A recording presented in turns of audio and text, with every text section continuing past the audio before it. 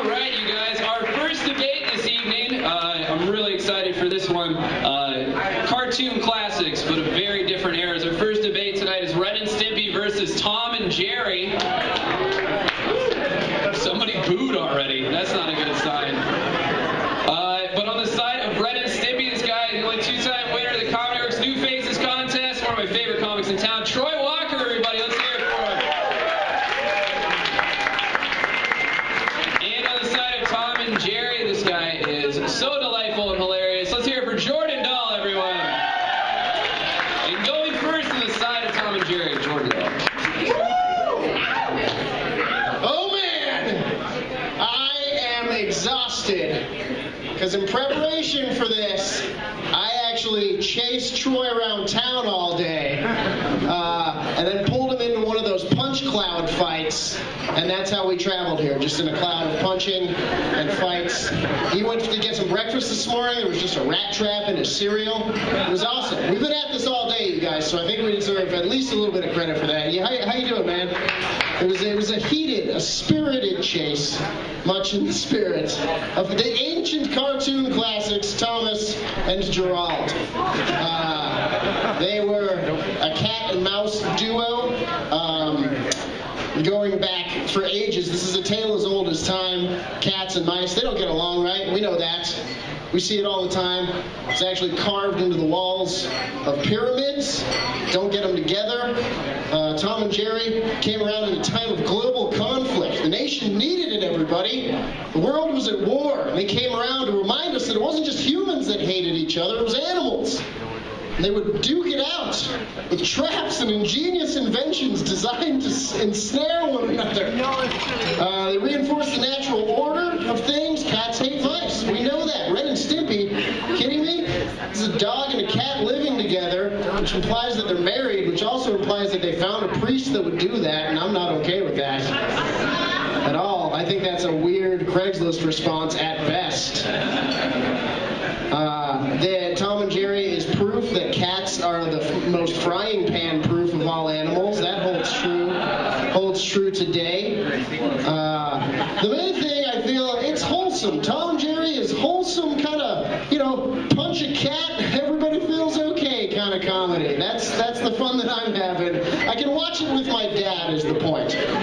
You watch Ren and Stimpy with your dad, it's getting weird, he's getting angry, he's getting confused. It's just another forum for him to ask you, seriously, you're not gay? Seriously? No,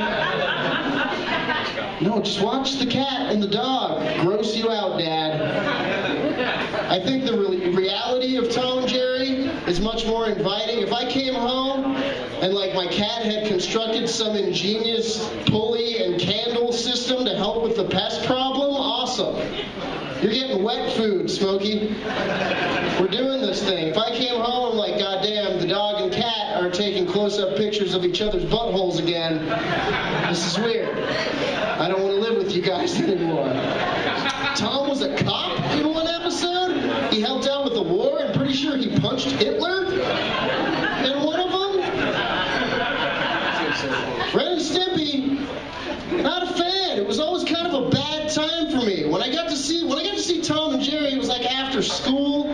I got home, I learned about geography maybe, and then I got to watch some cartoons. They're just racing around, clobbering each other. I'm watching Ren and Stimpy, it's like 10:30. I'm watching Snick. The fluorescent lights are flickering. Where's Mom? I don't know. That's why I get to stay up late. Hopefully not long enough for her to come home with Frank or Rick or whoever it is tonight. Somebody give me some boundaries. This cat and dog are confusing and disgusting.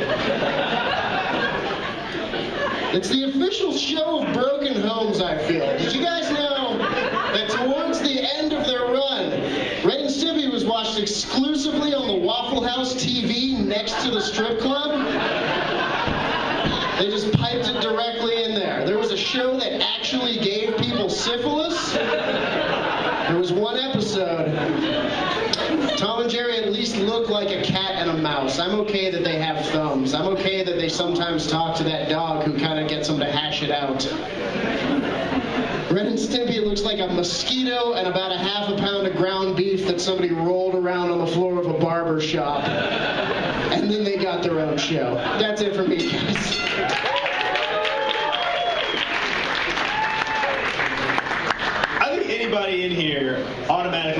believes that Ren and Stimpy was a much better cartoon than Tom and Jerry. I think, we all know that. How about one reason? Tom and Jerry was racist as shit. Oh, yeah. At some point during every episode, remember like the bottom half of Aunt Jemima would walk out and start yelling at Tom and shit? Yeah. And just yelling slave shit at Tom. Just, you watch out with all that rascality. Before the mister get back and shit. You know what the fuck?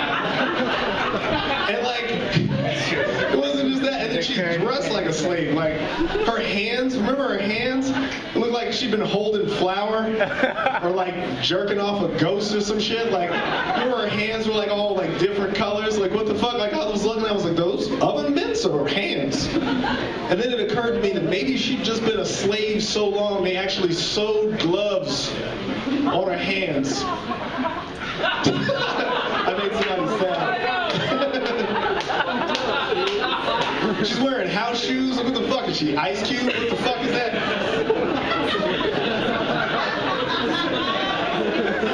Look, it's just like, I don't know, man. It's just ridiculous. I honestly think, remember when Hope's wife died in Driving Miss Daisy?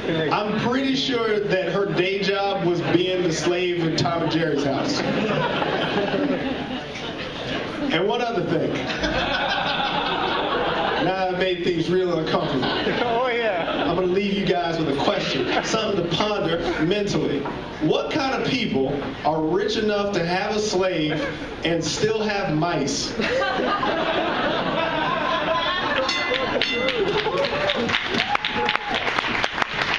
don't think you have to be rich to have a slave. I think that's why it's so fucked up, is because there's no money involved. It's awful. Here's the thing, you guys. I have a friend from the 1950s. Yeah, that's right. That's where he lives. The 1950s. It's up on Cap Hill. His name is John Q. Breadwinner. And I showed him an episode of both Tom and Jerry and one of Ren and Stimpy. These are his written responses with me doing a pretty good impression of him as well. Tom and Jerry. So this cat was about to enjoy a delicious chicken supper when a mouse, whose name is Jerry, by the way, message received, Adolf, no thank you, comes along and replaces the chicken with a batch of TNT. The cat eats it and he explodes, and boy is he steamed. So he orders a set of rocket skates with the money he earned at the hardware store. And spends the rest of the afternoon rocketing around the house higgledy-piggledy, trying to chase down this mouse. He takes a piano to the chops in the end, and who hasn't? But boy did he have moxie, and I'm all for it. I'll have a glass of milk and a ride to the sock hop. Thank you very much. Now, this is the response to the Ren and Stimpy episode that I showed him. Oh, well, I'd rather not mention this in polite company, but in the interests of science, and as possibly as a warning to others who might stumble across this thing, I'll tell the tale. I thought I could trust something played on a Nickelodeon, but Criminy Crickets was I wrong. After making it through that theme song, if you can call it that, what was that, a jazz combo falling down an Eskimolator? By the way, Eskimolators, try them. They do the walking for you. Anyhow, first thing I see is this rat and this lobster. They're sitting watching TV in the daytime. That's fine. Maybe it's a Sunday. And all of a sudden, they're popping pimples. They're flicking boogers. Well, needless to say, Barbara and the kids sicked all over themselves. I managed to shield some of the carnage on the TV set with a tweed jacket and shouted, "Run, Barb! Get the kids to your mother's house. I'll take care of the television." And after burying it in the flower bed and building a patio over it, I say to you, future man, you too tell whoever the president of TV is in the future, no way, Jose. Thank you very much, though, for showing me something from the future. And that's how that second half of my argument goes. Good evening. Jordan has just demonstrated the main reason that Ren and Stimpy is better than Tom and Jerry. Ren and Stimpy was actually funny.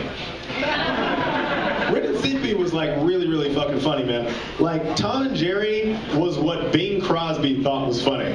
Like, if you ask white people in the 50s what you think is funny, they'd say Bob Hope and Tom and Jerry. Those are the two things that they would like. And like the thing about it is also, like what kind of fucking pet owners just leave a cat by himself with no food ever? He's just by himself the whole time, and he clearly doesn't know anything about it. He's trying to put a mouse on bread. What kind of cat, first of all, can't catch a mouse? And second, wants to put it on bread? Like what kind of bougie ass cat wants to put a mouse on bread? Tom and Jerry is the answer to the question, what if Mitt Romney had a cat?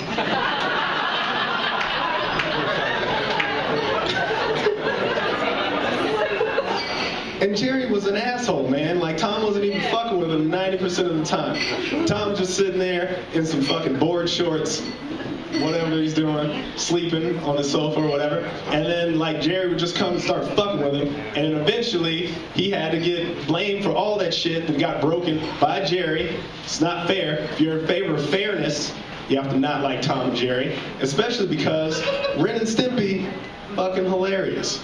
And all weird and dark and psychedelic. It's way smarter. I'm pretty sure Ren and Stimpy started off as a short story by Hunter S. Thompson. That's it. That's it. Give it up one more time for both Jordan and Troy, guys. My favorite part of that debate is you guys have so much white guilt, you wouldn't laugh at a black guy making jokes about racism. Like, you're just like, don't bring it up. We would prefer to forget. All right, we got to pick a winner here, guys. If you are on the side of Tom and Jerry, let's hear it for Jordan Dahl, y'all.